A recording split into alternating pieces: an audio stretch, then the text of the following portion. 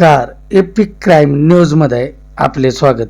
निवडणुकीच्या प्रचारावेळी सत्ताधाऱ्यांनी शेतकऱ्यांची पूर्ण कर्जमाफी करण्याचे म्हणजे सातबारा करण्याचे मोठे आश्वासन दिले होते. मात्र प्रत्यक्ष जाहीर केलेली कर्जमाफी ही अपुरी आणि दिशाभूल करणारी असल्याचा आरोप शेतकरी व विविध संघटनांकडून केला जात आहे.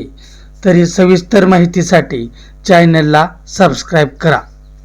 टायगरची जोरात चर्चा सुरू आहे. एकूणच ज्या घडामोडी आपण पाहत आहे त्या दिवशी शिंदे दिल्लीत जाऊन भेटले. ठाकरेच्या खासदारांकडनं एकनाथ शिंदेचं कौतुक होत आहे आणि शिरसाटही म्हटले की शिंदेचं टार्गेट पण मोठं ऑपरेशन करणार. माहित नाही मला, मी ऐकतोय काय बैठक झाल्याची, पण या संदर्भात माझ्याकडे अशी कुठलीही माहिती नाही. आणि या संदर्भात काय तो त्या पक्षाचा अंतर्गत संबंध आहे आणि कोण कोणाला फोडतो कोण कोणाला नाही. तरी महाराष्ट्रामध्ये देशामध्ये फोडाफोडीच्या राजकारणाला प्रचंड उत आलंच आहे. फोडा तोडा मोडा जोडा राजकारण हे सगळं आता अलीकडे याला नैतिकता नीतिमत्ता काय राहिलंच नाही. त्यामुळे कोण कुठे जावं, कोण कोणाच्या मांडीवर जाऊन बसावं आणि कोणी कोणाला डोक्यावर घ्यावं आणि मग डोक्यावर घेऊन कोणाला कोणी पुन्हा पायाखाली तुडवावं, हे सगळं राजकारणात अलीकडे एक फॅशन झाली आहे. त्यामुळे बघू पुढे काय होतं ते. आज तरी आमच्याकडे आपण एवढंच म्हणू शकतो की आत्ताच्या देशामध्ये जे काही सरकार काम करते, देश आणि राज्य उद्ध्वस्त होण्याचं काम चालू झालेलं आहे. कर्जबाजारी झालंय, सगळ्या दृष्टीने जनता परेशान आहे. अशा परिस्थितीमध्ये ज्यांच्या डोक्यात हा विचार येईल त्यांना ईश्वर सद्बुद्धी देईल. कर्ज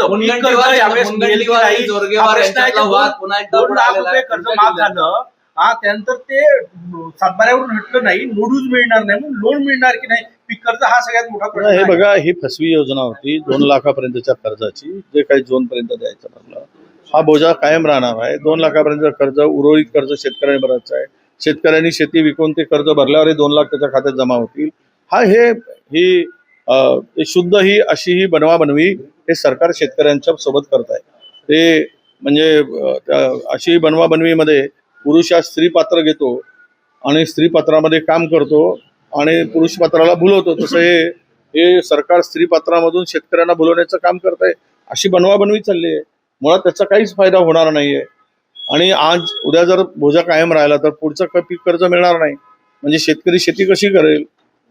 त्याच्या शेतामध्ये त्याला जर ते कर्ज मिळणार नसेल तर नाही. आमची मागणी काय, आता पीक विम्याचा फायदा 1 रुपया म्हणून छाती ठोकून घेतली, ऊर बदलून घेतला, त्याचा शेतकऱ्यांना काय फायदा झाला? आणि आजही पुन्हा तीच परिस्थिती आहे. शेतकरी 25% शेतकऱ्यांचा वाटा होता, शेतकरी हक्कानं बोलत होता. पण आज कंपन्यांना फायदा करण्यासाठी आणि कमिशन खाण्यासाठी कंपन्यांकडून, पीक विमा कंपन्यांच्याकडून हे सगळं चाललेलं आहे. म्हणून आमची मागणी हीच आहे की तुम्हाला सातबारा कोरा करायचा असेल तर तो मार्चच्या पर्यंतचा पूर्ण सातबारा कोरा करा. त्याच्यावर असलेलं पूर्ण कर्ज काढून टाका, तर शेतकरी त्यामधून दिलासा मिळेल आणि शेतकऱ्याला त्याचा फायदा होईल आणि नवीन कर्ज पण मिळेल.